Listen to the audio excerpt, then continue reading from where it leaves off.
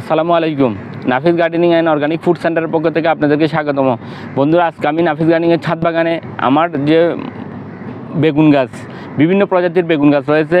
এখন তার মধ্যে আমি আজকে বেগুন গাছ রোপণ, পরিচর্যা এবং যত্ন নিয়ে কথা বলবো।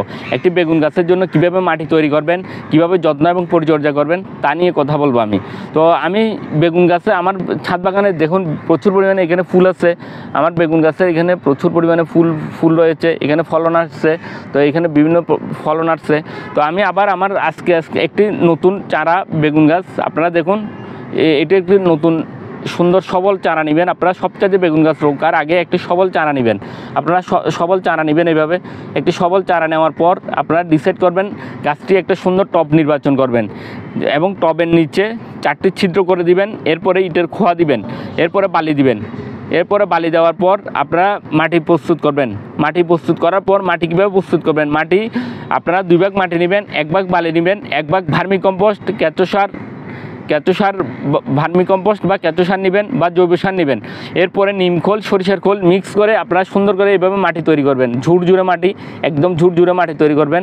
মাটি তৈরি করার পর আপনারা এইভাবে সুন্দর করে আপনারা গাছটি, চারা গাছটি, এই দেখুন আমি দেখুন এই একটি সবল সুন্দর চারা গাছ নেবেন। চারা গাছটি এভাবে রোপণ করে দিবেন।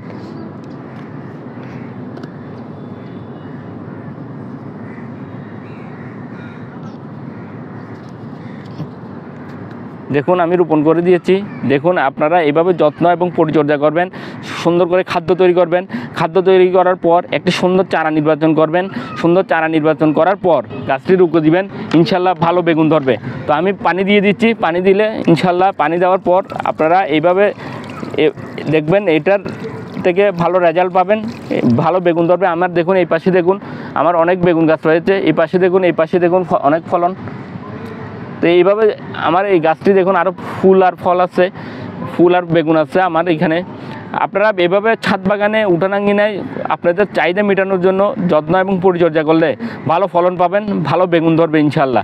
আপনারা যত্ন এবং পরিচর্যা করবেন, তাহলে বেগুন ভালো। আপনাদের আমাদের অনেক প্রজাতির বেগুন রয়েছে, বেগুনের অনেক প্রকারভেদ আছে। আপনারা ছাদ বাগানে সবজির চাহিদা মেটানোর জন্য আপনাদের উঠানাঙ্গিনায়, বিশেষ করে ছাদ বাগানে আপনারা যদি 4-5টি বেগুন গাছ রোপণ করেন, তাহলে আপনাদের ইনশাল্লাহ দৈনন্দিন চাহিদা পূরণ হয়ে যাবে।